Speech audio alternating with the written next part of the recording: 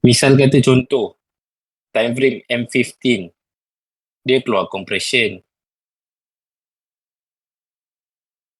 ada trend line. Compression ada, trend line ada, breakout pun ada. M15 Boleh entry tak guys? Dah boleh entry belum?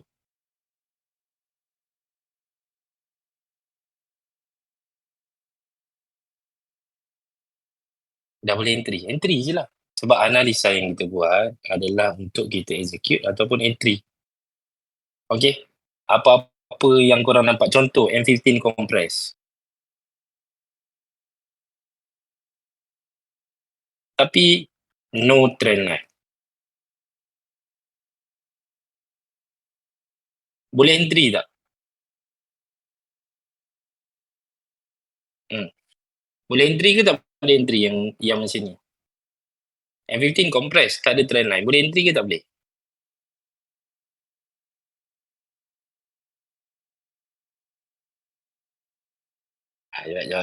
Jawab. Mari kita test.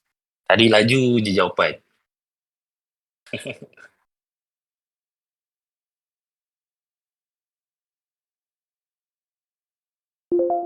M50 compress, kalau tak ada trend line, tak boleh lah entry. Betul?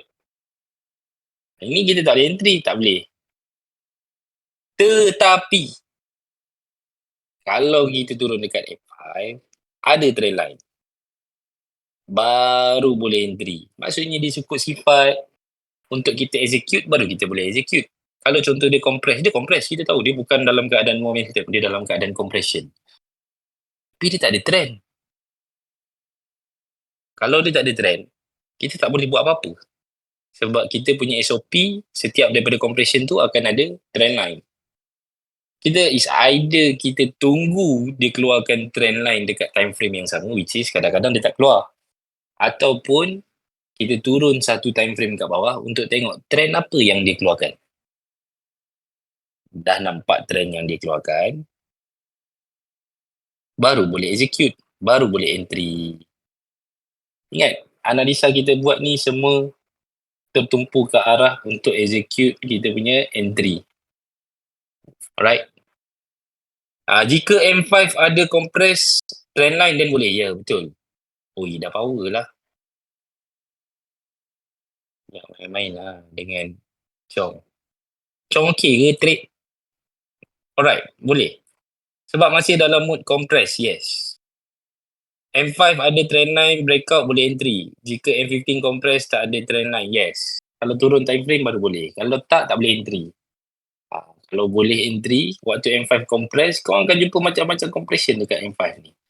Takkan semua kau nak beduk, betul tak? M15. Macam ni kan, M15 compress ni. Kalau tak ada trend line yang korang nak pick up, tak payah entry. Okay? Boleh Alright. So basically, ni ada opportunity. Semalam dia keluar sikit je lah. Lepas tu berat lagi dia nak buy lagi dia. Sebab ada reason kenapa dia nak buy lagi. First, dia turun ni dalam keadaan compress ni. Dia bukan turun dalam keadaan momentum. Setuju tak guys? Ke korang nampak dia turun dalam keadaan momentum? Tu yang pertama lah. Kalau kita buka H4 sekarang ni pun, dia nak reverse perpanjang pun, kalau kita tengok H4 ni, kita pun boleh dapat dah gambaran. H4 ni agak-agaknya dalam keadaan yang macam mana. Jangan tengok yang jauh-jauh, tengok yang dekat-dekat je. Tengok jauh-jauh kan confuse pula.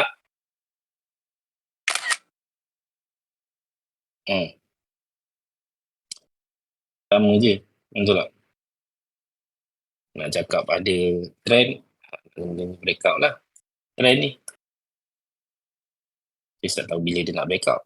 Tapi, dia kalau compression dekat sini, dia nak naik lagi ni. H4 dah nampak close ni, dia atas 7 time frame besar, yes. Alright. Tapi kita still handle dengan time frame kecil lah sebab nak execute entry kan. Alright. Okay. So, kena ingat, analisa yang kita buat mainly adalah untuk kita dapatkan kita punya entry. Kalau tak, kita tak dapat kita punya entry lah. Apply cara yang sama, jangan ubah-ubah kan. Lepas tu, apa lagi ya? Siapa yang dapat sell semalam dengan Beto tu, tahniah lah. Yang kat sini pun sebenarnya betul je sell tu. Siapa dapat sini? Hakim Husaini yang dapat sini tadi. Betul je. Support pertama, support kedua ni betul je. Cuma dia tak sampai TP 100 pip lah. Ulang je. Keep on ulang je benda yang sama. At some point korang akan realise dia lebih banyak untuk dapat berapa pip. Lepas tu daripada situ korang adjust lah. Kalau korang biasanya dapat sekian, ni 50 pip je. Ni betul. Kalau korang biasanya selalu sangat, betul, kalau saya target 100, saya dapat 70 je. Kalau saya target 70, dah selalu capai. Aku dah maintain je kat 70 tu. Maintain je, jangan ubah-ubah. Alright. Okay. Betul dah. Jangan risau. Yang ni betul dah. Yang ini je yang jam sikit. Yang ni, bukan ni. Tak maksud saya tak tu. Sebab bukan time saya untuk trade. Tak kisah. Boleh je. Kalau malam untuk trade, semalam kalau dah nampak macam gini guys, dah bagi macam ni, seek for continuation lah. Ni semua ada continuation ni.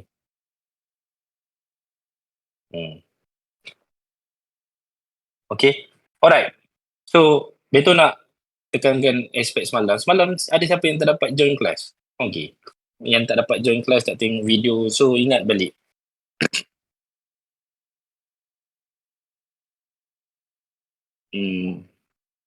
Kita tak ada news 2 minggu ni.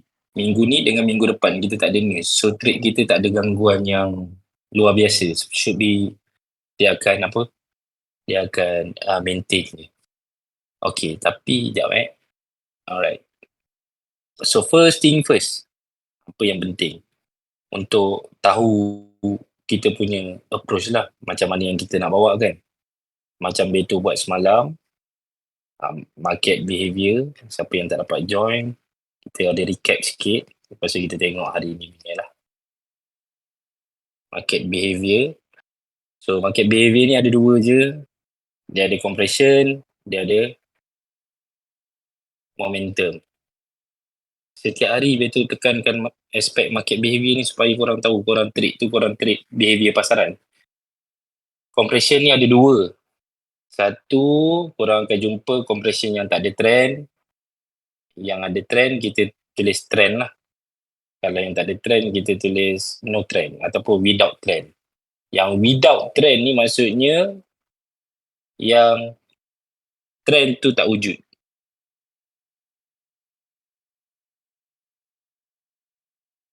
Kalau M15 compress tak ada trend line, turun M5 ada dua trend line, satu searah, satu lagi lawan arah.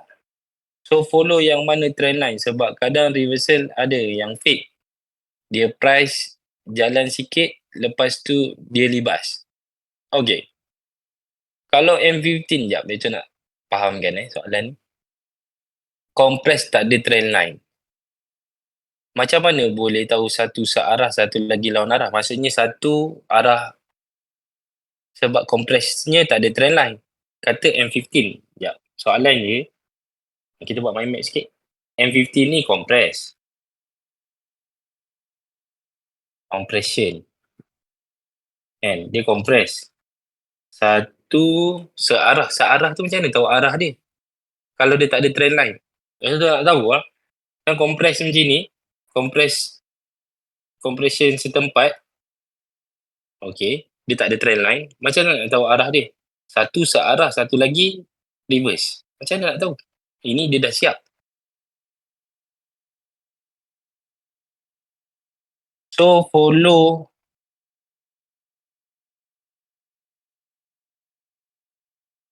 Oh, dah edit lah. M5 ada dua arah. M5, M5 lah. Kalau compression yang korang nampak setempat tu, korang pergi dekat time frame M5, dia keluarkan dua arah. Maksudnya, dia kompres dalam ni, dia kompres macam ni dengan macam ni. Itu ke soalan dia?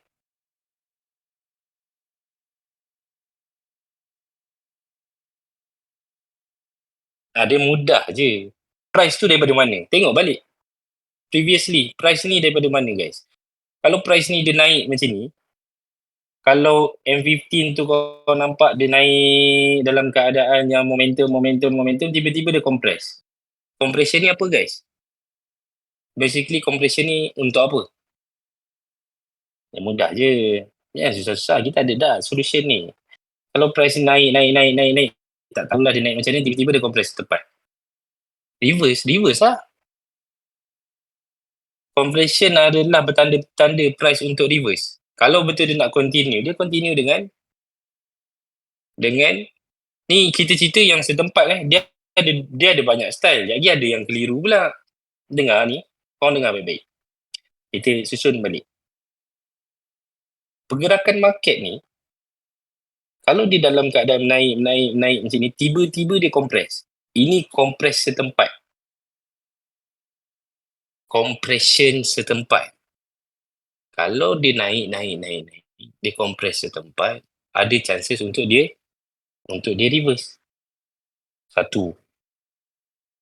Dia naik, tiba-tiba dia kompres macam ni. Ini takkanlah korang dah nampak compression ni compression yang macam mana guys? Yang reverse ni untuk buy ke reverse ni untuk sell? Yang ni. Sell ke reverse ni untuk buy? Buy. Macam tu pula. Apa beza dua keadaan? Satu dia kompres setempat. Bila dia tengah naik, dia kompres setempat. Satu lagi dia naik tapi dia kompres dalam keadaan menurun. Lepas dia naik, dia kompres dalam keadaan menurun. Ada tak contoh? Mesti ada. Dia naik. Ini dia kompres menaik. Dia kompres menaik. Obviously lah, senang lah. Dia dah dalam keadaan momentum, tiba-tiba dia kompres. Ini yang paling mudah untuk collect lah. Okay? Alright. Yang betul nak tunjuk ni, pergi ke M15. Contoh. Tadi kita tunjuk menaik. Ni dia menurun. Menurun. Tiba-tiba dia naik dalam keadaan kompres macam ni. Obviously, semua orang tahu dia naik dalam keadaan kompres. Mestilah dia nak sell. Itu satu. Tiba-tiba dia turun, dia kompres setempat. Contohnya. Ini dia kompres naik kan. Dia kompres menurun kan. Kita cari yang kompres setempat. Okay. Ni ada dua. Dia naik, dia kompres setempat. Dia turun, dia kompres setempat. Itu tanda-tanda untuk apa tu? Lepas tu, kita dah tahu dah price ni kalau dia kompres menurun, dia macam mana, kalau dia kompres menaik macam mana. Tapi kita letak kita punya disiplin dekat sini. Kalau contoh, price ni dia naik, tiba-tiba dia kompres menurun. Korang akan jumpa guys, yang kompres menurun, terjun terus. Ada tak? Ada je. Sebab tu kita letak apa kat sini? Untuk kita tengok compression tu break ke tak break, kita letak apa guys?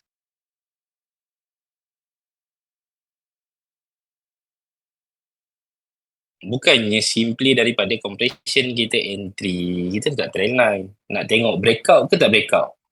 Itu. Boleh faham tak? Boleh faham tak? Boleh faham ke tak boleh faham? Kita nak tahu. Dia bagi betul, alert. Dia bagi signal kepada kita bahawasanya dia tengah turun dalam keadaan kompres. Itu signal kepada kita. Kau turun dalam keadaan kompres. So, kita sebagai market analyst, kita letak SOP kita kat sini. Aku letak satu trend line. Sebab apa? Dia wujudkan trend line resistant kat sini. Contoh. Kau breakout ke tak breakout? Aku nak tengok kau breakout tak breakout. Boom, dia terjun. Lantak dia lah. Kita tak online. Kita takkan online selagi mana dia tak breakout. Contoh Betul nak bagi supaya korang faham. Lah kat online. Kalau dia breakout, yes. Kita akan online. Barulah kita start untuk letak entry kita. Alright? Okay. Jawab tak persoalan? Ais tadi. So ada dua style price ni naik. Dia sebab apa Sebab kadang-kadang kita tak boleh buku sangat. Macam ni kan. Dia naik. Kita terlampau buku tu maksudnya macam kita nak exactly macam mana yang selalunya yang kita lukis ke apa ke, memang tak lah. Kadang-kadang price ni naik tapi dia compress setempat. Kadang-kadang price ni naik tapi dia compress menaik. Lepas tu dia dalam keadaan momentum asalnya. Lepas tu dia compress menaik. Kita tahu opportunity tu ada. Sometimes dia naik tapi dia turun dalam keadaan compress. Ada dua, ada tiga gaya. Kalau menurun terbalik pula. Ini contoh dia dalam keadaan menaik. Kalau contoh dalam keadaan menurun pun sama. Kadang-kadang kau nampak price ni dalam keadaan menurun. Tiba-tiba dia compress macam ni. So kau tahu nextnya ada kebolehan untuk dia naik. Kadang-kadang price ni dia turun. Lepas tu dia compress tempat. Kau tahu ini ada kebolehan untuk reverse. Betul. Kadang-kadang price ni turun. Price ni turun. Lepas tu dia naik. Macam ni. So kau tahu juga berkebolehan untuk continue. Sebab apa? Sebab price tu turun dan CMP-nya buat apa ni? Belah-belah sini. Dia buat apa? Tu. Dia ada lebih kurang 3 style lah. Dia tak all the time dia akan compress tu cantik je tak. Sometimes dia compress setempat. Kadang-kadang dia compress menurun je ni. Kadang-kadang dia compress menaik. And ada juga masa yang di mana dia compress macam ni tapi sebenarnya dia tak naik. Dia continue untuk sell. Ada. Sebab itulah dekat compression ni semua kita letak SOP kita. Kita lukis trend line. Untuk apa kita lukis trend line ni? Kita nak tengok setiap daripada compression yang price ni buat, dia akan menghasilkan trend. Bila dia menghasilkan trend, the only way yang Beto rasa tepat untuk tengok trend tu adalah dengan lukis trend line. That's why Beto pakai trend line. Kalau ada orang lain pakai cara lain untuk identify compression tu punya breakout and successful, silakan, dia tak ada masalah. Okay. Bagi Beto ada compression. Beto nampak ada compression. Dan normally memang trend line semua dia datang daripada compression tu.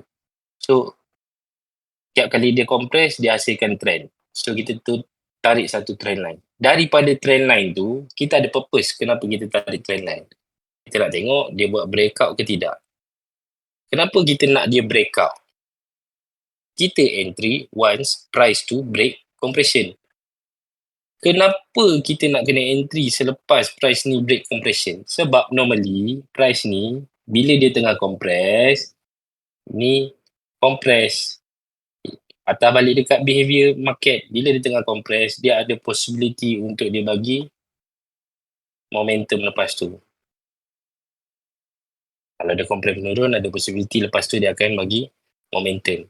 So kita nak entry kita tu ikut momentum. Momentumnya momentum baik. Kita nak entry kita tu dapat ikut momentum. Itu yang dia boleh lari sampai 100 pip, 50 pip, 70 pip, ada yang 200, 300, depends kepada time frame lah. So kalau dia buat kenaikan dan tak buat compress setempat atau candle berlawanan, so boleh cari setup continuation je. Betul nak kena fahamkan juga ni. Apa yang Aish faham sebenarnya. Kalau dia buat kenaikan, contoh dia buat kenaikan, okay, dan dia tak buat compression setempat, dia tak ada compression setempat, ataupun dia tak ada candle berlawanan dengan arah. So boleh cari setup continuation ke? Continuation jangan gabung-gabung, okay. Kalau kita nak cari continuation, kita ada kita punya tab dia. Kalau price ni dalam keadaan menaik contohnya, kita nak sambung continuation. Kita nak ambil setup yang continue. Kita nak ambil continuation kan. Alright. Nak sambung setup continuation ni, dia kena tahu. First thing first, nombor satu, setup tu kena tahu time frame dia, time frame mana yang kau nak sambung continuation. So Ais kalau nak sambung continuation, Ais kena tahu time frame mana sebenarnya yang aku nak sambung continuation ni, yang aku nak continue momentum ni. Time frame H1 ke, time frame H4 ke, time frame M15 ke, depends. Dia kalau M5 ke bawah dia dah tak relevan sebab kita nak tengok pecahan structure tu.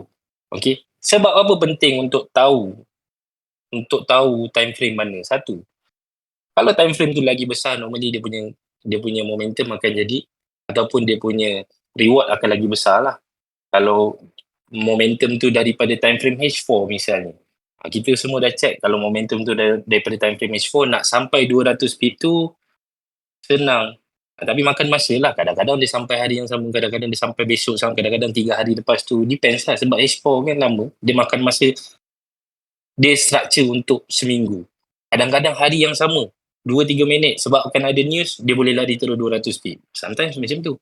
So nak kena realize time frame mana yang dipakai. Ni kita tengah sembang continuation. Lepas tu, setup continuation, kenapa perlu ada masa untuk price ni stop dulu momentum dia? Ais dengar baik-baik. Kenapa kena ada masa untuk stop dulu momentum dia? Dia tengah biru-biru, naik, tiba-tiba dia keluar satu candlestick merah. Betul nak tanya? Yang ni semua orang boleh jawab. Kenapa kena ada stop momentum ni? By logic. Contoh kalau kita nak pakai H1 punya momentum, kenapa kena ada? Dia dalam keadaan momentum bullish, satu candle, 2 candle, engkau nak sambung continuation, tapi kenapa rule dia betul letak kena tunggu binatang ni keluar dulu? Candlestick berlawanan arah keluar satu dulu. Ataupun kita panggil dia stop dulu dia punya momentum tu. Kenapa dia perlu rehat dulu momentum dia tu? Agak-agak kenapa? Sila jawab. Semualah. Kat Ais je, semualah. Kita nak tahu jawapan daripada semua orang ni. Macam mana? Beza-beza tak jawapannya?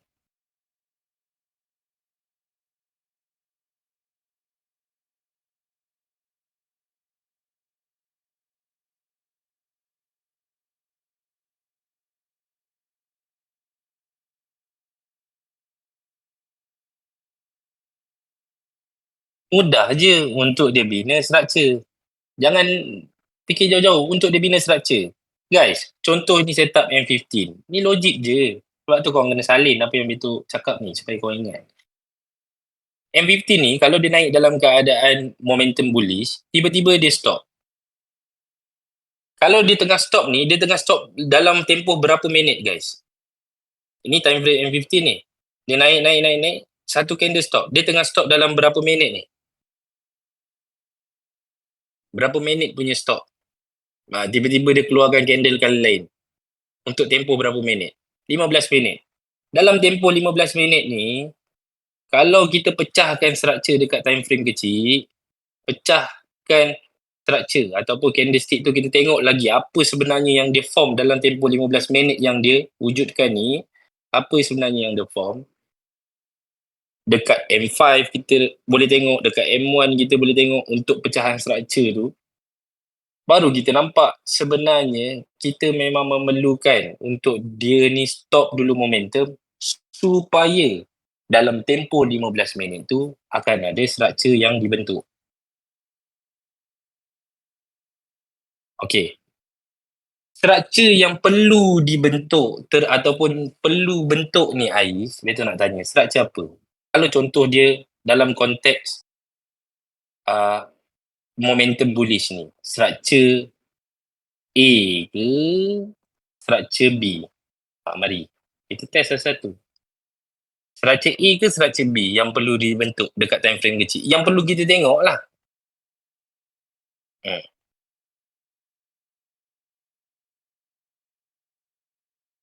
Ni untuk continuation. Jangan tertukar-tukar pula. Kita sembang continuation mestilah A. Sebab apa kita nak aim untuk A ni? Sebab kita nak ambil continuation. Kalau continuation dia, kita nakkan dia momentum tu bullish, kita nak continue momentum bullish. Structure yang perlu dia keluarkan adalah structure berupa A ni. Maksudnya dekat dalam tempoh 15 minit candle ni stop, akan ada structure untuk continue ni form. Contohnya semalam, yang kita pergi semalam. Contohnya macam ni.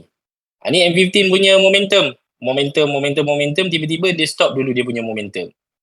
Nampak ni. Dekat belah sini. Kan, dia stop dulu dia punya momentum kan. Betul kotakkan tak payah, kotakkan pun sebenarnya. Bila dia tengah stop dia punya momentum tu, korang turun lah satu-satu time frame. M5 ke, kalau M5 tadi turun kat M1. Within period yang dia tengah stop tu, korang akan nampak. Structure yang kita cari, janganlah pula pergi tadi structure cell. Tak mana-mana kau pergi cari structure cell. Ini maknanya setup ni setup M1 je lah. Kau dah nampak M15 tu dalam keadaan momentum. Yang kau nak adalah continuation. Apa yang kita nak kena cari? Structure yang berupa buy punya structure. 1, 2. Ada 2 kali dia keluarkan. Ini yang pertama, ini yang kedua. Structure untuk continue. Setup to M15. Tapi the whole thing ni kita tahu. Dia tengah buat bearish punya candlestick untuk M15. Dia tengah buat candlestick bearish.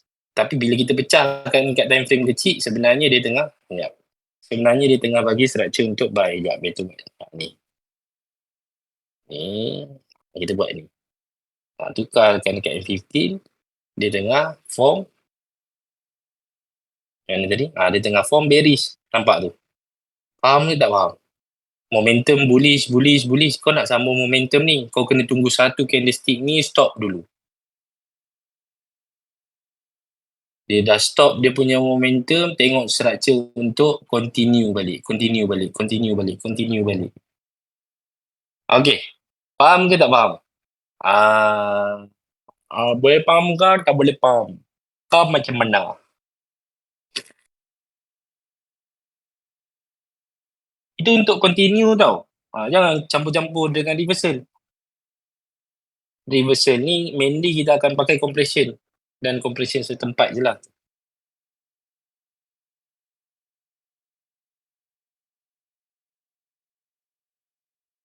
Ada faham mantap? Ada faham mantap? Boleh Okay. So basically itulah dia explanation yang Beto boleh bagi. Kalau untuk continuation, kena tengok price ni dia betul tak dia datang daripada compression. First tengok M15 datang daripada compression. Dia mula bagi momentum 1 candle, 2 candle dia bagi momentum. Kau try untuk tengok candle ketiga ni dia nak stop tak dia punya momentum. Kalau dia stop dia punya momentum, itu adalah chances untuk korang tengok. Dia nak bagi continuation setup ataupun tidak. Tiba-tiba dia bagi continuation ni setup. Entry saja. Entry pakai SL daripada time frame yang korang nampak structure tu terbentuk. Kalau macam gini, SL ni daripada M1 lah. Janganlah tukar-tukar pula. SL daripada M5 lah. SL daripada M15 lah. SL daripada M1. M1. Dia tak boleh structure M1, SL ni pakai M15. Okay? Ini untuk continuation. Continuation ni banyak tak setup? Banyak gila setup continuation ni. Tapi betul dah stop lah kan ajar continuation ni. Sebab hari tu ramai yang minta untuk reversal. Dah bagi reverse nak continuation pula.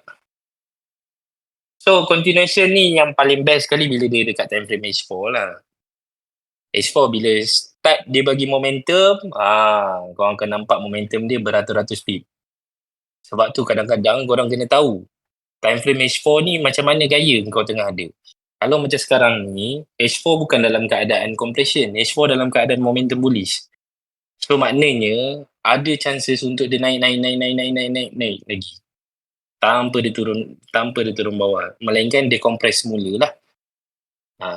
Ada peluang lah untuk dia continue untuk naik lagi. Kau try untuk find apa setup yang aku boleh cari untuk continue momentum buy ni. Candle doji ambil kira tak sebagai stop momentum? Sebab ada trader rejection, dia ambil untuk entry. Betul tak ambil rejection? Betul tak ambil rejection? Sebab Kalau contoh Ais nampak ada trader yang ambil candle doji tu sebagai stop punya momentum, lepas tu ada trader yang ambil rejection daripada candle doji tu, Ais kena tanya dia ataupun Ais kena faham dia punya pembawakan macam mana. Sebab Beto bab-bab candlestick pattern ni,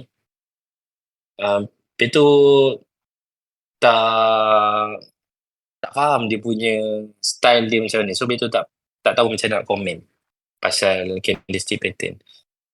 Mainly Beto akan faham candlestick tu lah. Kalau secara utamaannya candlestick tu yang masa kita belajar OSSC tu lah. Itu kita nak faham candlestick. Tapi pattern Beto tak hafal. Doji ke, hammerhead ke, kuat lentang ke, Beto tak hafal. Dia punya pattern. Tapi tahulah yang famous-famous. Macam contoh doji lah antaranya. Tu tahulah. Tapi rejection dia Beto tak tahu. Nak kena tunggu siap ke? Kadang-kadang ada orang yang tak tunggu siap, dia dah entry daripada rejection tu. Macam ni kan. Ni ada rejection. Betul tak? Ada yang entry daripada rejection ni pun rejection juga ni. Betul tak? Tapi dia continue balik. So, Beto tak tahu macam mana dia punya pembawakan. So, candlestick tak keutamaan lah. Untuk Beto tak jadikan itu satu keutamaan untuk setup. Banyaknya daripada compression ataupun market behavior tu lah. Market behavior tu yang main peranan untuk Beto, market behavior tu main peranan paling banyak untuk entry.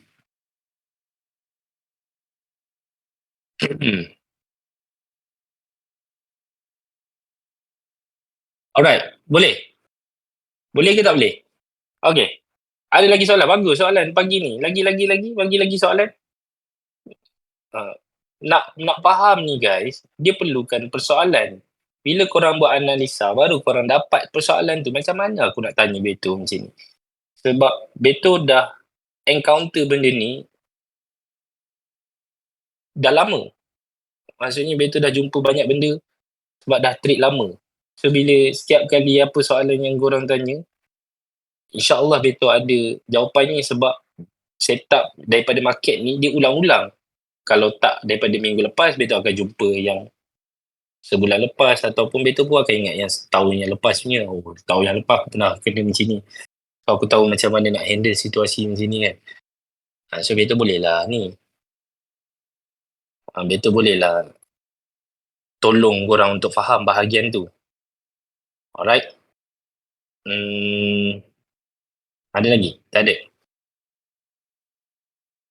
Nanti dia start naik dah. Memang dia nak naik lagi ni. Seek for continuation sampai dia compress balik dekat H4. Tiba-tiba dia stop dia punya momentum kat H4 tu, dia nak compress balik lah tu.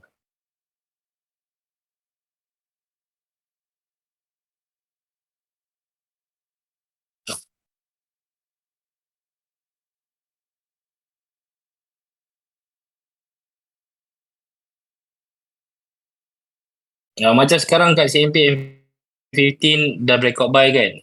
Dah breakout buy dah. Tapi kalau entry sekarang SL kau nak letak mana? Sekarang dah lambung-lambung dah. Kena tunggu continuation punya setup baru SL tu boleh kecil. Kalau continuation punya setup keluar, ambil. Continuation untuk buy. Macam tadilah. Macam Beto tunjuk tadi. Compressnya menurun ke menaik? Korang pun dah jawab kan tadi kan? Alright. Okay. So macam biasa, bagus soalan ni. Kita sambung untuk tadi sampai mana kan tadi kita belajar? Okay.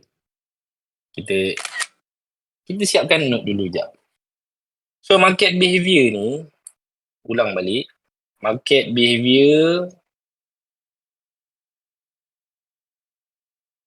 dia ada beberapa rule lah.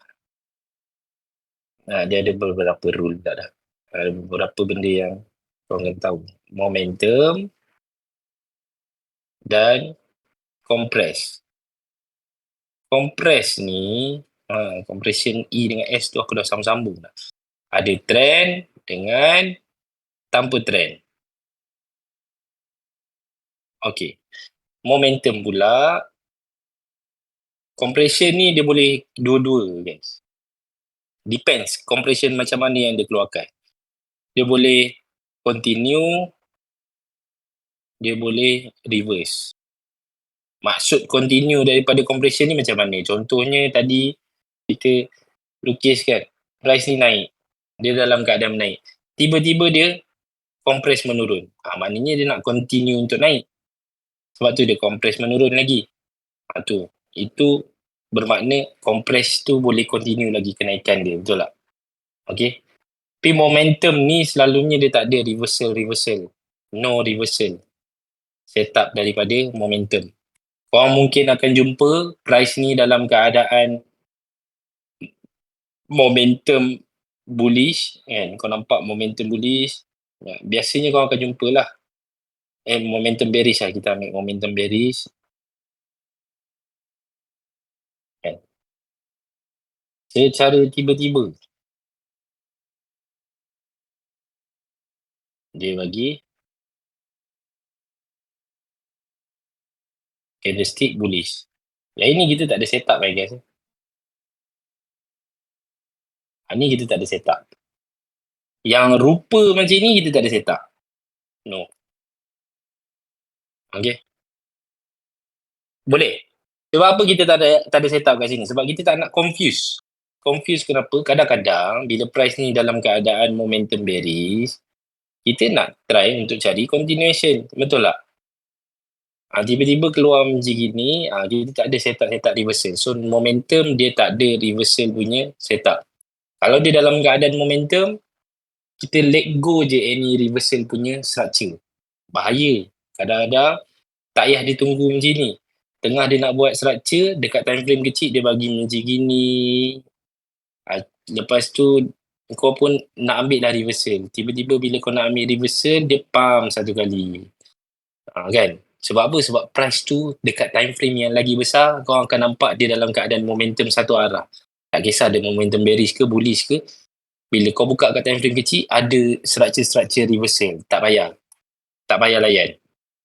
Kita kurangkan risiko kita daripada kita terlampau banyak setup ataupun approach yang kita nak bawa kan, kepada kita susun kita punya setup macam mana. Ni better tengah susun lah ni. Okay. So market behavior ni dia ada dua. Momentum biasanya kita akan tumpukan untuk setup continuation. Kalau boleh setup continuation. Continuation. Macam mana nak ambil setup continuation? Kita ada SOP kita. Tolong check balik SOP masing-masing. Kalau tak ingat, dah screenshot. Tapi tak ingat, cari balik screenshot tu. Dia tanya kawan-kawan. Lepas tu salin balik. Salin kat buku lah, senang. Lepas tu dah salin, practice. Practice untuk tengok. Macam mana, korang rajin practice tak? Ke tak rajin? Siapa kat sini yang rajin practice? Saya tak practice betul. Saya masuk real account terus. Kadang-kadang betul halang daripada korang entry ni, kau nampak. Kalau IB guys, dia orang tak halang guys. Orang entry. Entry lah. Betul tak? Betul halang korang daripada entry ni sebab duit tu duit betul. Bukan duit main-main. So kalau kau tak biasa untuk ambil satu-satu setup tu, janganlah ambil. Macam contoh, saya tak biasa ambil continuation. Tiba-tiba nak ambil continuation, tak boleh lah.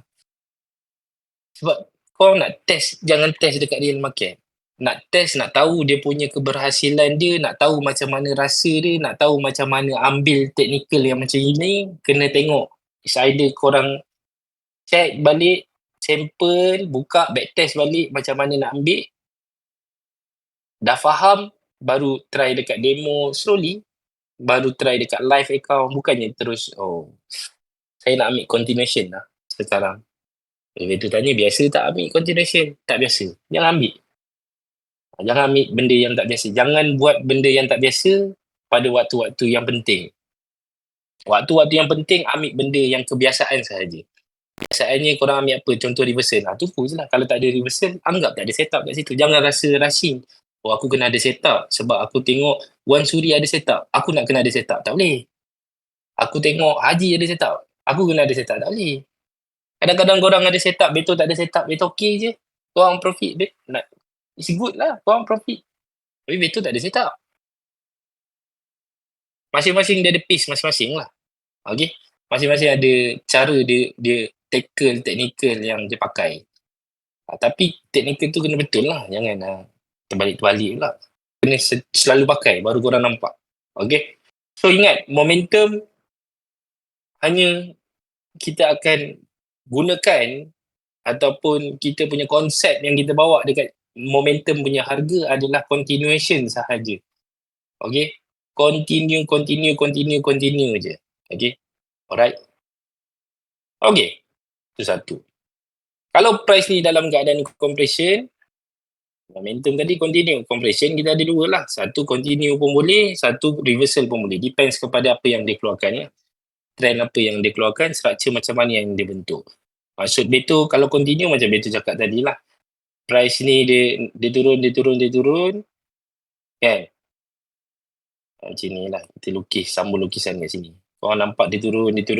Tiba-tiba. Secara tiba-tiba, dia dah turun ni.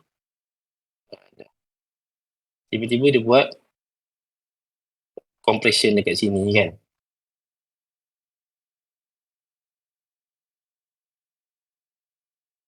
Maksudnya dia buat candle biru, merah, biru, merah. Maknanya dia naik tu dalam keadaan compression semula. Itu antara setup-setup yang boleh continue. Contoh, kita pergi kat chart terus boleh? Kat chart terus. Kalau nampak price ni dalam keadaan menaik. Dia time frame mana-mana pun tak kisah. Kadang-kadang orang akan nampak dekat. Tapi H4 ni dia besar lah. Sini dia tengah naik. Tiba-tiba dia turun. Dia turun dalam keadaan compress. Ni petanda. Okay. PSL dia besar lah. Kalau H4 SL besar, selalu H4 ni kita surface lagi. Kita nak tackle entry dekat time frame kecil. Alright. Okay. Ni salah satu contoh. Compress pun boleh continue juga. Ya, boleh. Bila dia compress dalam keadaan, dia menurun sini, menandakan yang dia nak sambung untuk kenaikan, maknanya dia dalam keadaan continue lah. Satu. Kalau dia dalam keadaan reversal, saya dia naik ni, tiba-tiba dia buat compression setempat ke, ataupun dia naik dalam keadaan compress ke, kan? Contohnya, naik dalam keadaan compress, gini. Dia naik, tiba-tiba kau nampak compression yang dia buat. Ni ada satu petanda untuk dia turun. Sebab apa? Sebab dia naik dalam keadaan compress. Ni lukisan dia lebih kurang macam ni. Okay? Boleh? Right. So compression ada dua lah. Satu dia untuk continue, lagi satu dia untuk reversal. Tapi mainly kita pakai untuk reversal lah. It depends kepada apa yang structure bagi, dan kebiasaannya secara selalunya, biasanya memang kita jumpa untuk reverse lah. Okay. Kalau tiba-tiba dia compress macam ni, ni tanda-tanda untuk dia continue naik lagi lah. Macam mana yang berlaku kat sini pun sama juga. Petanda untuk dia naik lagi. Depends lah. Tengok dia nak naik berapa lama. Tunggu lepas tu dia buat apa. Okay. Alright. Itu selalu cakap kat korang satu benda.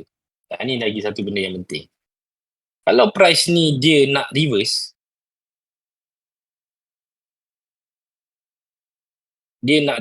guys, sekurang-kurangnya ada apa guys? Beto selalu cakap, korang jangan terkeliru pula. Statement yang Beto bagi ni supaya korang tak sewenang-wenangnya entry untuk reverse.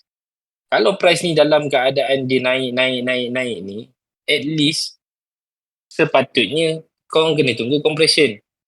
Kalau contoh, Beto tak nak ada orang yang terkeliru dengan ayat Beto ni. Candlestick berlawanan arah ni sekurang-kurangnya kena ada candlestick berlawanan arah. Sebab apa Beto keluarkan ayat tu? Sebab kalau korang nampak macam ni contohnya, price ni dalam keadaan momentum.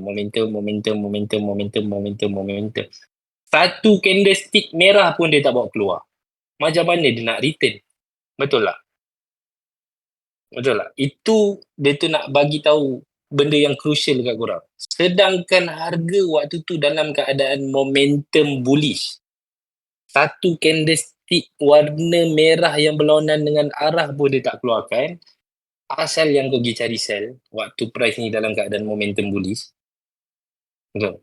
Tapi kalau contoh kita nak cari sell, kan, bukanlah kita refer dekat satu candlestick merah ni je.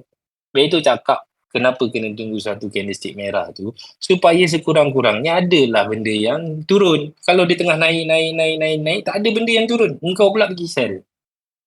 Okey? Kena faham ayat tu. Bukannya, oh, aku kena tunggu satu candlestick biru je, terus aku dah boleh buy. Tak boleh, itu senang sangat. Okay? At least, apa-apa reversal sekarang ni, tolong ingat dalam kepala. Apa-apa aku nak ambil reversal mesti compress. Okay? Kalau dalam keadaan price ni reverse satu candlestick yang colour lain pun tak keluar, engkau pula pergi masuk sell, nampak sangat engkau tengah entry berlawanan dengan apa yang market tengah bagi. Market tengah sedap bagi momentum bullish, kau pula sedap masuk sell. Sell lagi. Last bye-bye account tu. Betul tak? Right? Okay? Sekurang-kurangnya dia compress. Ini yang kita nak. Compression.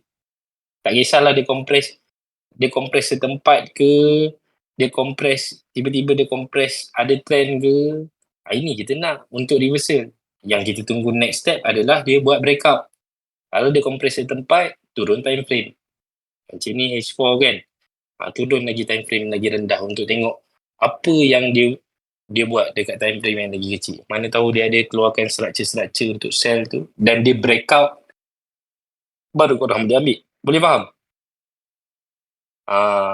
Bila Beto mention macam tu, janganlah pula nanti ada orang, aku sekurang-kurangnya kalau aku nak sell, Beto cakap kena tunggu candlestick merah. Keluar je candlestick merah, terus aku tekan sell. Sell lepas tu, naik balik. Ayuh, macam mana ni price naik balik. Janganlah refer kat satu je. Penat aku cakap. Nak reverse, tunggu compression. Ni compression setempat. Tunggulah. Dia develop masa lah untuk dia buat sesuatu ni. Macam ni kan. Dia makan masa guys. Macam ni time frame H4. Dia bukan petik jari. Setiap 4 jam ni 4 jam. Ini 4 jam, 4 jam, 4 jam, 4 jam, 4 jam, 4 jam. Total dah berapa? 1, 2, 3, 4, 5, 6. 6 kali 4. 24 jam dah. Sehari dia nak develop compression sebelum dia nak sell. Ini kalau pakai time frame besar lah. Kalau pakai time frame kecil lagi cepat. That's why kita tak pakai time frame besar all the time. Okay? Boleh Alright. Tapi kan betul, selalu terjadi candle, keluar candle lawan arah, habis dia telan semua candle compress tanpa belas kasihan, so menung je lah kan. Macam mana? Betul tak faham.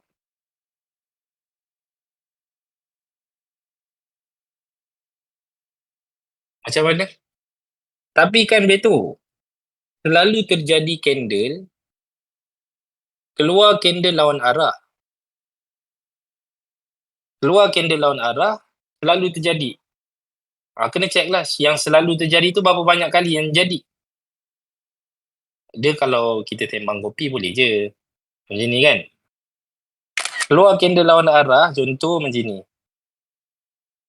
Dia sell. Nak kata momentum pun tak, tapi kita layan. Ni. Dia keluar, lepas tu kita menung je. Macam itu ke maksudnya? Macam ni ke? Ini tak, ini compress. Yang sini. Ini gagal. Keluar satu candle, terus dia reverse balik. Candle bullish. Dia keluar satu candle, kita menung. Menung apa? Dia terus reverse balik, betul tak? Yang ni pun gagal. Keluar satu candle, dia tak reverse terus. Dia naik dulu. So, nak kena ada data tu, nak kena tahu macam mana gaya yang di-explain dengannya. Bukan, dia reverse terus dalam satu candle. Maksudnya, yelah, yang selalu tu, betul nak tahu, yang selalu tu, price tu dalam keadaan momentum lah.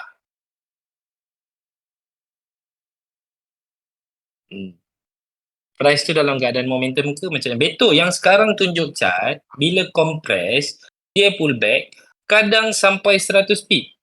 Lepas tu continue up. Yang sekarang tunjuk chart, dia pull back kadang-kadang. Yang ni ke? Yang ni ke maksudnya? David. Nah, kita ada dua soalan ni. Sekarang kadang dia pull back sampai 100 pip baru dia naik. Ini time frame H4 David. H4 ni kita tak pakai simply H4. Lantak lah dia nak turun berapa ratus pip pun. Tapi ni ada setup daripada time frame kecil. Sekejap. Sekejap. Yang kita tunjuk satu setup daripada time frame kecil. Tu nampak tau. Ni kan. Ni H4 punya compression tadi. Ni kita ada setup daripada time frame yang lagi kecil ni. Sini. H4 kita nampak dia terjun. Okay. H4 kita nampak dia breakout. Lepas tu kadang-kadang David cakap dia terjun sampai 100 pip. Lantak je lah kalau dia terjun dalam keadaan momentum. Terjun solid 100 pip. Bukan ada setup pun kita boleh ambil. Setup nak buy tu tak ada. Sampailah dekat sini. Baru dia bagi setup untuk buy. Baru kita masuk. Kalau setup tu tak ada untuk buy contohnya, macam ni kan. Setupnya tak ada untuk buy. Kat bawah baru ada. Kalau dia terjun 100 pip sekalipun, pedulikan. Tapi kat bawah ni, kita ada entry. Bila dia dah keluar compression, dia bagi breakout. Okay. Sebab tu time frame H4 yang David tengok tadi. Memang dia boleh je dia nak pullback 100 pip ke suka hati dia lah. Pullback tu tak ada apa-apa. Kalau time frame kecil tak ada bagi. Kalau contoh macam ni kan. Korang nampak dia breakout. Tapi time frame kecil konsisten dia bagi structure buy. Sini structure buy kan. Macam mana kita nak masuk sell pula, betul tak? Masuk buy. Tapi the moment dia start untuk bagi sell, baru kita boleh masuk sell. Satu. Dah dia bagi momentum untuk sell ni, janganlah masuk buy balik. Walaupun kau ada trend line kat sini ke, kau still kena pakai apa yang ada dekat time frame kecil untuk execute. Bukan terus turun M5. Kalau korang tengok, betul turun daripada M15, baru turun dekat M5, betul tak terus jump. Deng, betul dapat soalan ni banyak kali dah daripada Deng. Tolong ingat kalau breakout nak tunggu pullback sampai mana untuk kita entry. Dia tak ada istilah sampai mana. Beto pun tak tahu dia nak breakout tu, dia nak pullback sampai mana. Jadinya kalau contohnya dia buat breakout. Selalunya dan tengok kita nak Beto tunjuk daripada apa yang market buat tunjuk daripada apa yang market buat. Contoh macam ni. Kita ambil sebanyak-banyak yang boleh. Kita ada lebih kurang berapa ratus setup kat sini. Mari kita tengok. Contoh. Ada yang dengar Ini contoh. Setup compress menurun. Compress menurun macam ni. Resistance pertama, resistance kedua. Lepas breakout entry je lah. Itulah pasal tunggu-tunggu tak boleh entry. Itulah. Beto nak kena tahu juga tu. Tunggu tu kaklik ke tak kaklik? SL-nya. Kalau tak kaklik memang tak entry lah. Tengok macam gini pun kadang-kadang boleh jadi besar dah. Sebab kita buka daripada time frame kecil ataupun kita punya view untuk sebab tu semua compression dan breakout korang kena calculate. Korang kena tarik dia punya SL tu. Kalau SL daripada below than 50 pips, entry je lah. Kalau SL tu below than 50 pips. Okay, contoh kat sini. Kenapa Beto tak pernah suruh korang nak kena tahu pullback masa bila? Sebab korang nak kena tahu kenapa sekejap tak kena cerita dengan korang. Kalau nak detailkan lagi benda lah ni, contoh. Kita ambil Beto lukis. Beto lukis satu step untuk setiap time frame. Time frame yang korang tengok ni contoh dia compress dalam keadaan menurun. Tiba-tiba dia buat satu breakout. Okay, korang tarik trend line, dia buat satu breakout. Now, problemnya adalah untuk soalan yang macam ni. Kalau breakout, nak tunggu pullback sampai mana untuk kita entry? Okay. Kalau kita pecahkan dekat time frame kecil, situasi ni kita pecahkan dekat time frame kecil, boleh? Betul guna warna biru untuk time frame kecil. First thing first, korang nak kena tahu satu benda ni, kalau nak lagi detail dia tengah naik ni. Kalau dia tengah naik, macam mana kau nak tahu dia turun? Daripada time frame kecil. Cuba korang jawab satu-satu. Macam mana korang nak tahu dia turun? Sama macam saya. Tu betul nak kena tahu tu. Entry tu macam mana boleh terlepas. Betul okey je entry. Macam mana korang nak tahu kalau dia nak turun? Bila dia ada compress, betul. Kau buka time frame kecil, kau nak kena tahu compression ni, baru kau tahu yang dia buat pullback. Lepas dia buat pullback, kau nak kena tahu satu benda lagi. Macam mana pula dia nak continue untuk naik? Sebab kau tadi, kita nak compression ni ada trend line, lepas breakout kita nak entry. Persoalan dia adalah kalau breakout kita nak tunggu pullback dia sampai mana? Betul tak? Itu persoalan dia. Kalau price ni dia compress dekat time frame kecil, warna biru ni time frame kecil. Contoh ini adalah M15 untuk warna hitam ni M15 ataupun H1 ke, depends lah. Dekat time frame kecil dia perlu compress untuk sell, baru kita tahu yang dia akan ada pullback. Bila dia akan ada pullback, dia perlu compress untuk buy semula, baru kita tahu yang dia valid untuk buy balik. Nak tunggu semua ni jadi dekat time frame kecil, kadang-kadang dia naik ni dia compress lah untuk sell. Tapi apa yang dia tak buat? Dia tak buat compress untuk buy. Dia terus naik. Ni akan miss. Setup ni sepatutnya situasi macam ni, korang dah tekan dah entry kalau korang tahu SL ni berapa pip. Dia simple je. Kena tahu SL berapa pip. SL ni berapa pip. Kalau below than 50 pips, kira on lah. Ambil je lah entry je lah kalau SL tu below than 50 pips. Boleh faham? Okay? Kalau SL tu tiba-tiba lah korang buka dia lebih daripada 50 pip. Macam kawan-kawan kita ni tanya, Ais tanya, macam mana kalau dia dah terbesar-besar macam gini? Senang je, kita dah ada solution dah. Dengar baik-baik. Ais, Baby, Deng. Kalau SL dia besar, dia tu suruh buat apa guys? Dia breakout, dah termenung. Sebab apa? SL ni dah sampai 70 pip. Tak ada pullback. Sometimes price ni dia tak ada pullback, dia terus jalan, betul tak? Kau punyalah tunggu nak pullback macam gini sebiji-sebiji, dia tak bagi pullback. Dia terus jalan. Terus jalan pula, dia 70 pip. Breakout saja dah 70 pip. Dia punya daripada breakout ni sampai bawah ni dah 70 pip. Apa yang kita perlu buat? Macam yang Ais tunjuk, apa yang perlu kita buat? Seek for continuation. Seek ni tahu tak apa? Seek. Cari setup continuation guys. Kalau sebab apa? Sebab dalam kepala kita, bila price ni contoh dia dalam keadaan compress. Ni compress. Nextnya kita tahu yang dia berkebolehan untuk bagi momentum. Akan tak ada setup untuk continue. Momentum kan semua setup continuation. Bukalah time frame kecil untuk dapatkan continuation yang ada. Faham? Dia bukan isu pun. Kalau buka-buka terlepas. Betul dah cerita banyak kali. Kalau buka-buka terlepas. Sampai 70-80 pip. Cari je lah continue. Tak payah... kalau contoh. Ni ada lagi satu contoh. Compress, breakout. 70 pip. Tiba-tiba kau buka kat time frame kecil, dia keluar structure sell. Satu structure buy pun dia tak keluarkan. Tak payah entry buy tu. Kita akan entry one structure continuation to form dan breakout. Dia keluarkan structure continuation dan dia breakout, baru kita entry. Tapi kalau tak ada menatang ni, dia keluarkan compression menaik dekat time frame kecil dan dia breakout. Tak adalah pula pergi entry buy, ni dah melanggar hukum. Dah lah keluar compression untuk sell, tiba-tiba pergi buy pula. Sebab apa? Sebab kadang-kadang price ni dia macam ni. Macam inilah senang cerita dah ada dah depan mata. Ni. Ni kita pernah belajar ni. Dia compress, breakout. Benda ni dah besar.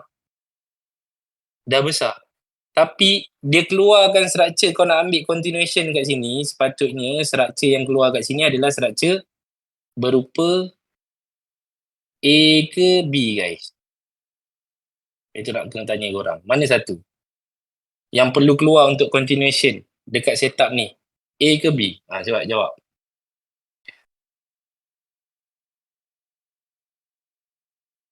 Dia akan keluar structure A. Faham? Dia perlu keluar structure A untuk kau ambil continuation. Tapi kalau dia keluar structure B, kita boleh entry buy tak, guys? Boleh ke kita entry buy? Tak boleh lah. Kita akan entry bila structure tu, sebab itu cakap patah balik dekat market behavior. Kalau behaviornya keluar A, baru kau boleh continue. Kalau behaviornya keluar B, kau nak continue macam mana? Kau nak buy pun tak boleh, kau nak sell pun tak boleh. Dia betul faham. Kadang-kadang ada orang, dia tak memahami secara komplit apa yang dia buat, guys. Mari. Sebab tu kena ada sampel banyak supaya korang tahu macam mana dia punya. Korang kena buat backtest banyak-banyak baru korang tahu. Resistance pertama, resistance kedua. Dia keluar resistance pertama, dia keluar resistance kedua. Breakout ni total dia adalah 70 pip. Tapi disebabkan besar, korang tak nak, kita takkan tekan entry lah, sebab korang ingat Beto kata besar tak boleh tekan entry. Korang pergi structure time frame kecil keluar structure sell. Memandangkan dia keluar structure sell, kau tak nak entry buy dan kau tak nak entry sell lah, sebab kau dah nampak breakout. Tapi apa yang kau buat? Ini salah. Apa biasanya orang buat? Dia turun sikit, kau pergi entry. Ni binawi, guys. Dia keluar structure sell kat atas ni. Kau tak nak entry awal-awal sebab dia keluar, dia punya SL besar. Tak nak entry awal-awal, SL dia besar. Tiba-tiba dekat atas ni dia keluarkan structure sell. Ini dia turun sikit sebabkan dia dah reduce risiko tu. Sesuka hati kau je pergi pick entry buy kat sini. Siapa yang macam ni? Dia turun sikit, pergi entry buy pula. Oh, sebab ada trend line kat sini, saya pun entry lah buy. SL saya kat sini lah, masih sama. SL pakai kat sini. Ni salah lah, buy. Salah, guys. Dia tak ada istilah kau kena patah balik. Biar dia tunggu risiko dia lagi rendah, baru korang masuk. Tak, dia patah balik kat structure. Kau boleh tengok sendiri, structure dia turun tu macam mana. Mari kita check. Kat mana tadi? Kat sini. Mana tadi aku punya screenshot? Ni. Ni korang tengok sendiri structure dia macam ni. Kita tukar colour sikit lah. Kita belajar daripada penurunan ni. Ni kita tukar colour kuning. Mari. Ni kat M5 je. M5, M1 apa? Kita pergi kat M5 dulu, kita tengok. Boleh semua Boleh lagi ke dah tak boleh? Dia tu nak tanya masing-masing dah. Kalau buy structure, market behavior, korang ada nampak apa-apa compression yang boleh buy tak? Dekat kuning ni, ada nampak apa-apa compression boleh buy? Jangan.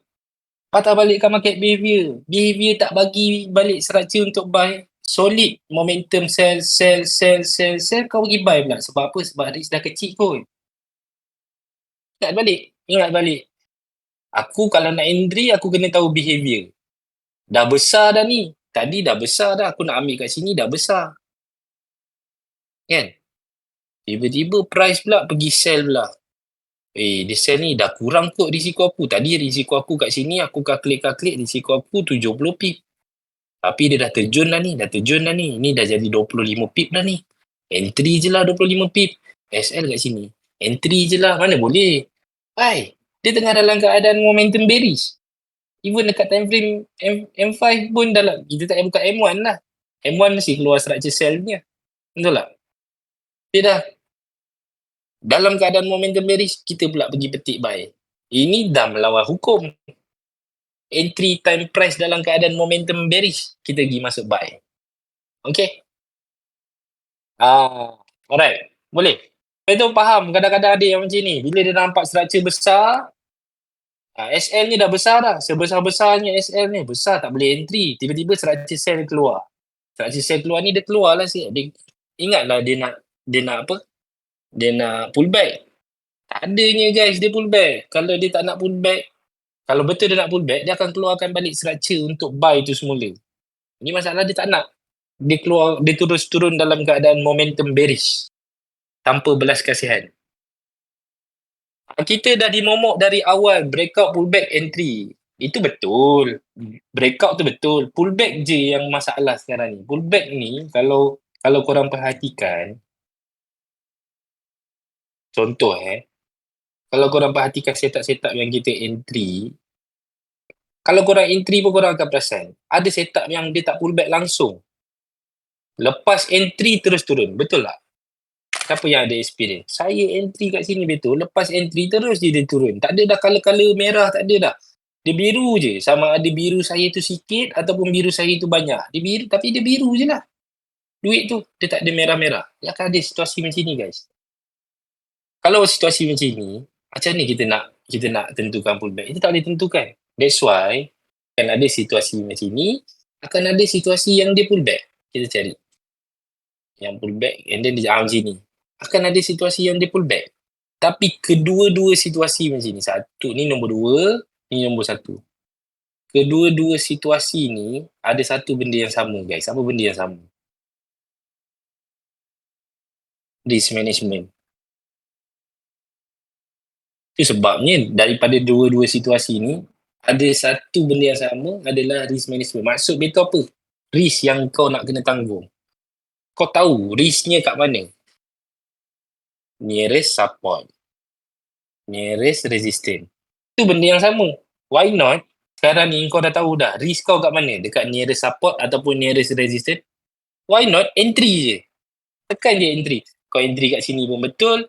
Kau entry kat sini pun betul. Sebab kau ada risiko. Kau ada risiko dah. Kau dah tahu risknya kat mana. Betul ke tak betul? Logik tak? Kita boleh handle dengan risk management.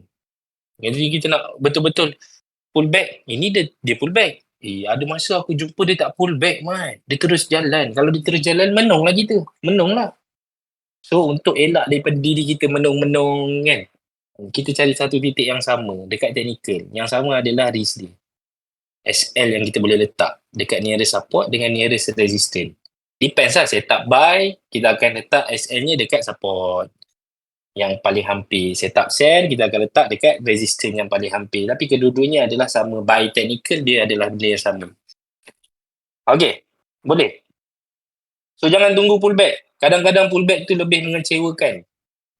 Tak semua yang dah pergi kembali membahagiakan guys. Ada yang pergi kembali makin sengsara. Okey tak kalau dia pullback, M1 ada structure cell yang breakout, tapi Beto kan tak suruh layan M1 kan. Kalau dia pullback, M1 ada structure cell yang breakout. Sekejap. Gambar tadi. Kita nak tengok gambar tadi. Okey, kalau dia pullback, M1 ada structure cell breakout. Okey. Lepas tu,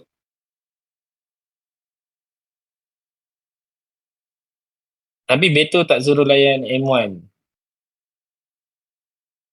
Kalau tak, okey tak kalau dia pullback, M1 ada structure cell yang breakout tapi Beto kan tak suruh layan. Oh, boleh je. Tapi Andy Aziz, kalau contoh apa-apa compression, lepas tu korang nak cari untuk continue, jangan terus jam dekat time frame kecil. Boleh, ada je yang win dengan jam terus time frame kecil, tapi kena tahulah. Beto nak kena fahamkan lagi satu benda. Tadi kan kita cerita pasal M15 kan? M15 yelah M15 yang kita kena tunggu dia stop dulu momentum dia kan? Betul tak? Kan? Untuk kita ambil continuation punya setup. Satu reason dia adalah disebabkan oleh kita nak kena ada tempoh masa untuk dia bina structure di lower time frame. Dalam tempoh masa 15 minit tu kita nak dia bina structure supaya kita boleh buat keputusan dekat time frame yang kecil. Betul? Now, ada je masa yang di mana ada orang dia tak perlu tunggu breakout ni pun, dia pakai M1 je. Terus untuk entry, untuk ambil continuation. Dia tak payah tunggu apa-apa structure, dia tunggu M1 je. M1 keluar structure sell, continue dia akan ambil. Continue sell, continue sell, continue sell. Boleh. Tapi, korang akan jumpa yang macam mana tau? Korang akan jumpa yang macam ni. Tengah sell ni, tiba-tiba guys, tengah sell ni, M1 keluarkan structure sell. Dan sell lah. Ambil sell. Dan ada 15 pip dia bergerak, dia naik balik. Rupanya dekat time frame besar, dia tengah buat compression. Benar tak guys? Entry dah. Dia pergi sikit je. Lepas tu dia naik balik buat compression. Tapi rupanya secara keseluruhan dekat time frame besar tu korang tengah tengok compression. Dia tengah nak bina structure. Okay. Maybe lah kalau sell kat sini korang ambil 5 pip, korang dah win. Tapi kalau korang sell kat sini, price to continue TP-nya korang aim untuk 100 ke, dia tak relevan lah. Sebab apa? Sebab boleh je dia bina structure balik dekat time frame yang lagi kecil. Rupa-rupanya dekat M5 dia tengah bina structure, dekat M15 tengah stop momentum, lepas tu breakout, baru lepas tu dia pergi jauh. Pernah kan situasi di sini kan? Sebab tu kalau nak layan M1, dia macam nasib-nasib juga sebenarnya. Kalau M1 sahaja korang pakai, price tu memang akan biru lah. Tapi it's either biru dia tu pipsnya kecil, sedikit, ataupun dia boleh continue dengan jayanya. Melainkan news lah, news. News ada exception lah. News ni banyak exception. Time news, selalunya korang akan nampak structure M1 pun kadang-kadang boleh pergi sampai 300, 200 pip, betul tak? Sebab dia tengah ada volume tau guys. Kalau tak ada volume, tak adalah movement yang rancak-rancak macam tu. Ready untuk tahan float. Banyak kali kena bila guna M1. Ya. Alright. Yang selalu kena, kembali terus sengsara. Okay. So, ingat satu dua perkara yang Beto ajar korang hari ni, dan yang terutama sekali yang Beto ajar adalah berkaitan tentang M15, macam mana rupa bentuk. Kalau korang tak ingat, Beto tak tahu ada orang record ke ni, live ni. Kalau ada orang yang record, korang boleh tengok ulangan balik. Dia tak lama pun live ni, tapi banyak benda lah kita sentuh sebab banyak soalan. Bagus juga banyak soalan. Banyaklah benda yang orang lain tak tahu boleh jadi tahu. Okay.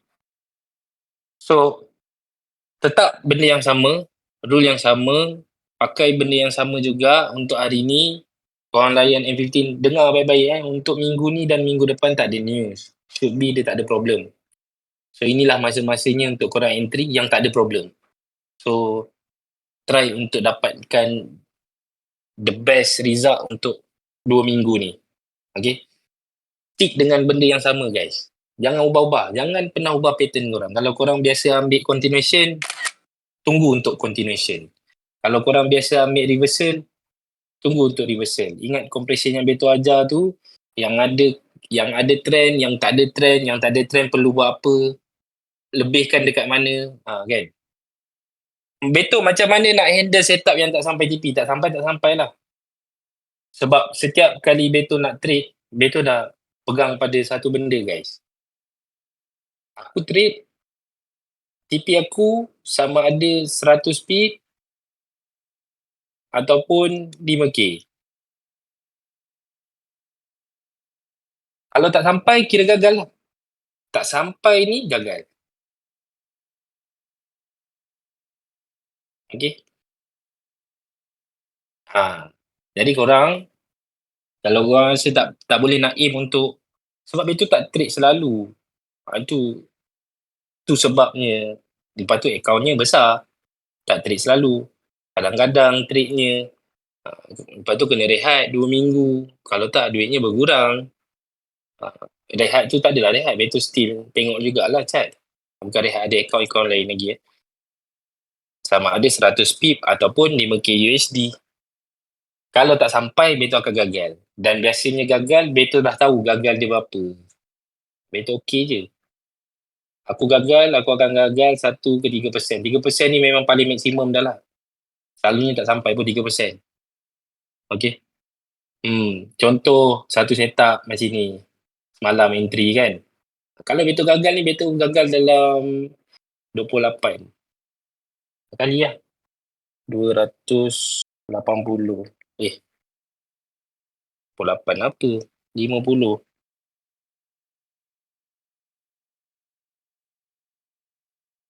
10 sorry.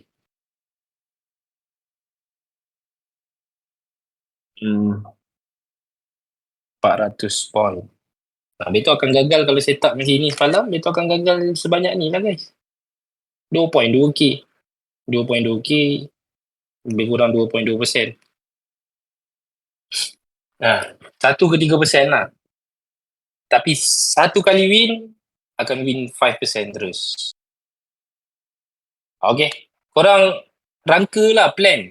Rangka plan yang terbaik untuk diri masing-masing lah. Ini yang Betul rasa yang terbaik untuk diri Betul sebab Betul selalu jumpa yang 100 pip, 100 pip, 100 pip kan.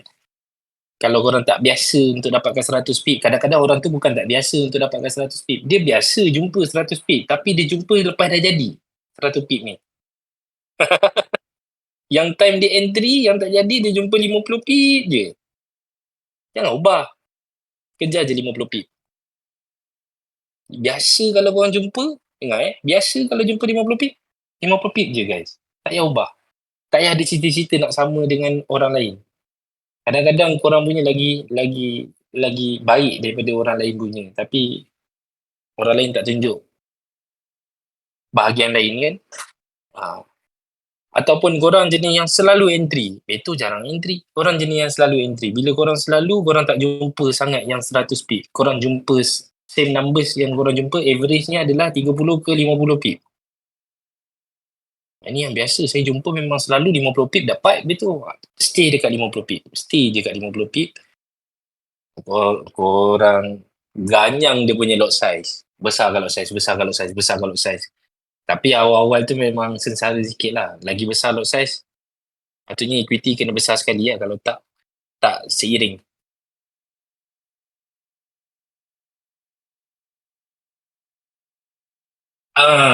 Bagus idea Betul. 1:3:5 je. Betul 1:5.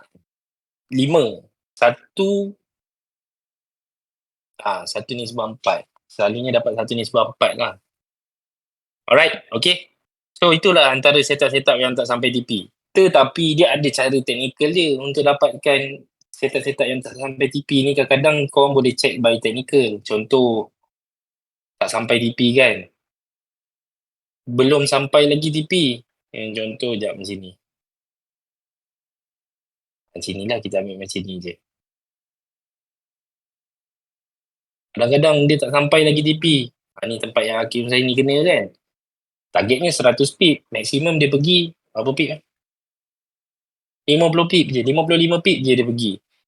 Saya target 100 pip. Tapi boleh check. Turun dekat time frame yang lagi kecil, korang boleh tahu. Time frame lagi kecil tu ada tak keluar structure, buy ataupun sell semula. Tapi betul nak tanya, benda macam gini ralat tak untuk korang handle? Susah tak?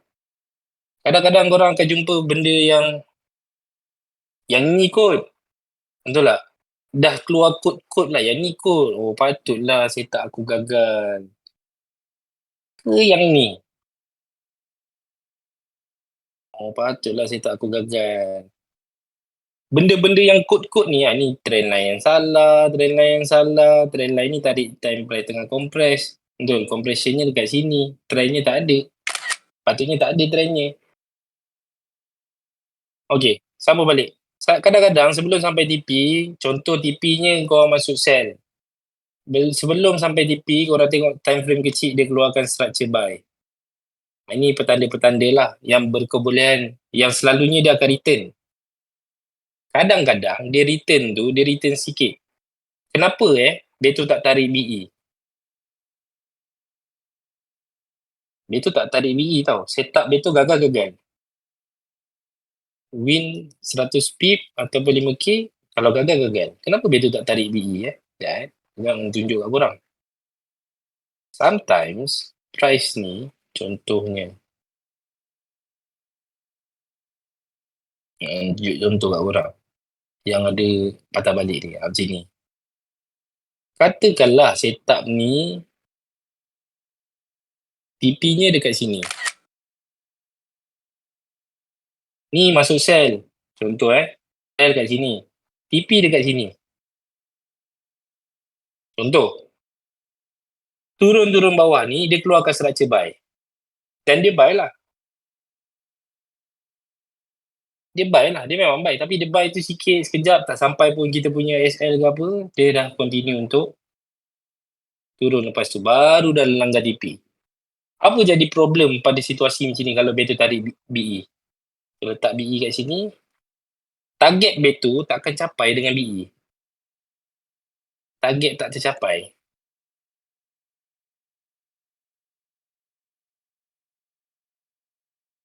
Dengan BE.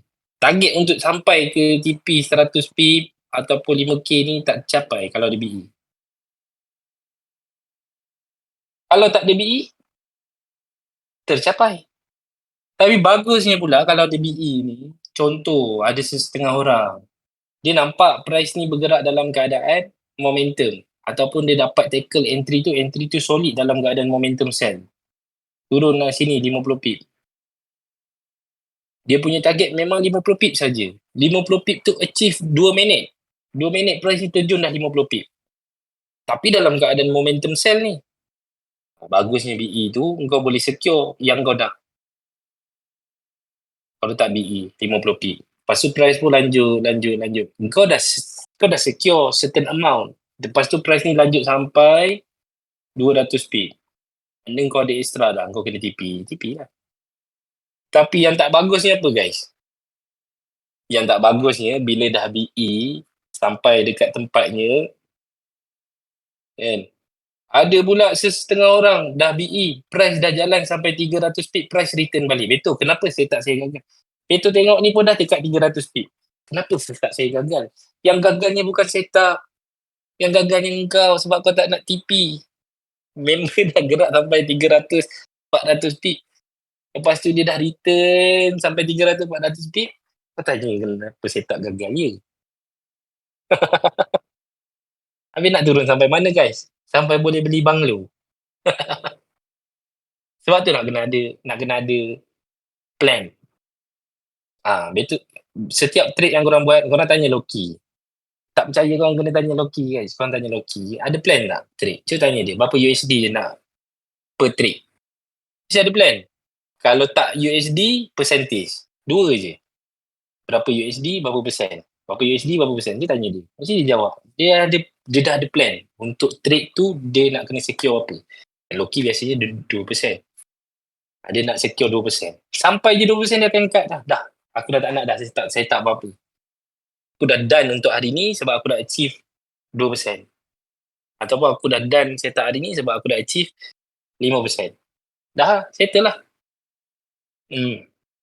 Sebab besok ada lagi. Kalau nak kumpul semua setup hari ni, jenuh kan? So kena tahu lah. Masing-masing kena tahu. Betul boleh rangkakan korang sekarang juga. Betul boleh ceritakan korang satu benda lah. Mungkin lah ada orang cakap 50 pip. Betul target 100 pip. Boleh lah. Betul target 100 pip besar. Aku target 50 pip kecil. Jangan pernah compare macam ni guys. Kadang-kadang orang yang target 50 pip, dia tak perasan satu benda. Kiraan value dia tu. Dengan orang yang target 100 pip. Yang kita buat perbezaan. Orang yang entry yang dia target 100 pip ni, dia entry 0.01. 100 pip. Dia dapat berapa guys? $10. Betul tak? Orang yang entry 50 pip yang konsisten ni, dia entry, katakanlah dia entry besar. Dia tak payah tunggu sampai 100 pip. Dia entry 0.05. Dapat 50 pip. Dah berapa dah? Kalkulit. Sekejap kalkulit aku. 500 point. Dah 25 USD. Okay. Sebab kan dia tengok orang yang kejar 100 pip ni, yang best-best je orang dapat 100 pip. Tapi dia tak tahu berapa jumlah orang tu yang dia entry dapat 50 pip. Tapi dia entry 0.05, orang tu dapat 10 USD, dia dapat 25 USD. Dia tak bersyukur dengan apa yang dia dapat. Dia nak macam orang ni dapat. Last memang macam orang ni dia dapat. Daripada elok dia boleh dapat 25 USD, dia dapat 10 USD je lepas tu. Sebab apa? Sebab dia target yang tak biasa dia target. Okay? Jangan compare ni yang betul nak bagi tahu. Kita takkan tahu orang tu punya approach hasil secara transparannya macam mana. Okay? Kalau orang tu dia boleh buat 100 pip, maybe lah setiap kali dia trade dia nak 100 pip, tapi dia trade 3 kali sehari. Macam boleh dapat 3 kali price nak gerak 100 pip, 100 pip, 100 pip kan. Kadang-kadang tak boleh pun dia bagi sampai 3 kali sehari untuk 100 pip. Jadi satu kali win 100 pip, satu kali win, 2 kali SL 50 pip. 2 kali SL. End up dia zero. Tak dapat apa-apa. Profit pun tak dapat, win pun tak dapat. Ada yang macam tu. Betul. So kena always tahu percaturan korang macam mana untuk per trade tu. Kena tahu. Kalau Andri nak aim untuk 50 pip, memang nampak sikit. 25 USD memang nampak sikit lah. Memang sikit lah 25 USD. Increase lah lagi. Kalau telur besar, increase lagi. 0.5. 250 USD satu trade. 50 pip je. Boleh dapat 250 USD satu trade. Makan telur tu betul. Telur besar-besar bas, sila trade lagi besar. Boleh. Tapi maintain style yang sama. Kena ambil 50 pip, ambil 50 pip. Biasa, saya betul biasa ambil 30 pip. Boleh tak saya ubah ke 100 pip? Memang tak boleh lah. Kalau korang tanya macam tu, memang betul cakap tak boleh lah. Sebab trade ni korang kena buat yang biasa korang buat. Yang kena ubah adalah lot size. Lot size tu kena ubah betul-betul lah. Lepas tu kadang-kadang orang bila dah ubah lot size ni, dia sekali je dia trade pakai lot size tu. Tiong. Gagal. Dia rasa macam, ya Allah. Aduh, satu kali. Janganlah sebab next setup ada lagi. Supaya korang tahu yang next setup berkebolehan untuk hit lagi. Bila korang hit numbers yang lebih besar daripada SL-nya, daripada losses-nya. Alright, okay. Boleh So, kena ada target masing-masing. Tolong tengok balik video ni. Siapa yang baru masuk, siapa yang tak tengok daripada awal. Mungkin ada yang record. Banyak benda kita belajar hari ni sebab banyak soalan yang betul dapat dan soalan tu yang lain-lain, yang beza-beza. Ada yang sama. Korang check balik. Trade je macam biasa balik. Tengok balik sistem yang sama. Kalau tak biasa guys, jangan buat benda yang tak biasa. Okay? Buat yang perkara yang biasa, yang biasanya korang buat. Okay? Macam mana nak bagi biasa tu? Backtest dulu, try kat demo and then buat dekat live account. Kadang-kadang dekat demo tu, kalau korang trade dekat account demo tapi korang tak confident betul ke tak betul trade korang boleh je bagi kat Beto. Bagi kat Beto tengok. Betul tak kalau macam kat demo saya? Tapi korang kena buka lah trade history tu. Trade history. Beto nak tengok betul-betul. Exactly dekat mana point entry yang korang buat. Boleh je. Hantar kat Beto ataupun hantar dekat chat. Hantar, tunjuk. Saya entry kat sini betul lah. Macam siapakah hari tu buat? Omar Omar dia buat dulu kan. Dia punya trade history dia buka. Betul lah. So Beto boleh tahu. Sebenarnya point yang macam mana yang dia entry tu. Dekat level mana yang dia entry. Kadang-kadang korang profit. Tapi entry yang korang buat dia lain sikit. Daripada sepatutnya entry tu. Macam ni kan. Sepatutnya entry-nya katakanlah dekat candle yang kat sini. Contoh. Ni contoh Tapi entry-nya ada dekat sini. Memanglah profit. Barang memang profit sell tu. Betul tak? Sell tu profit. Tapi yang ni yang tergantung ni. Sebab tak ada SL. Tak gagal lah. Itu kadang-kadang Beto nak kena tahu tu. Bila korang buka trade history tu Beto tahu. Dekat mana entry yang korang buat. Dekat sini ke? Dekat sini ke? Kan? Okay? Alright?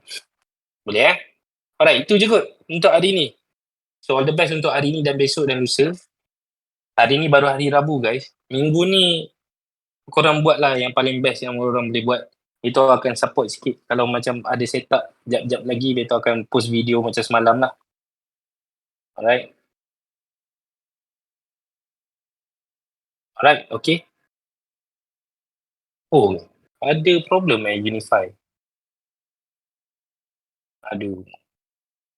Okey, itu saja kot untuk hari ni. Yang mana yang baik tu semua datang daripada atas.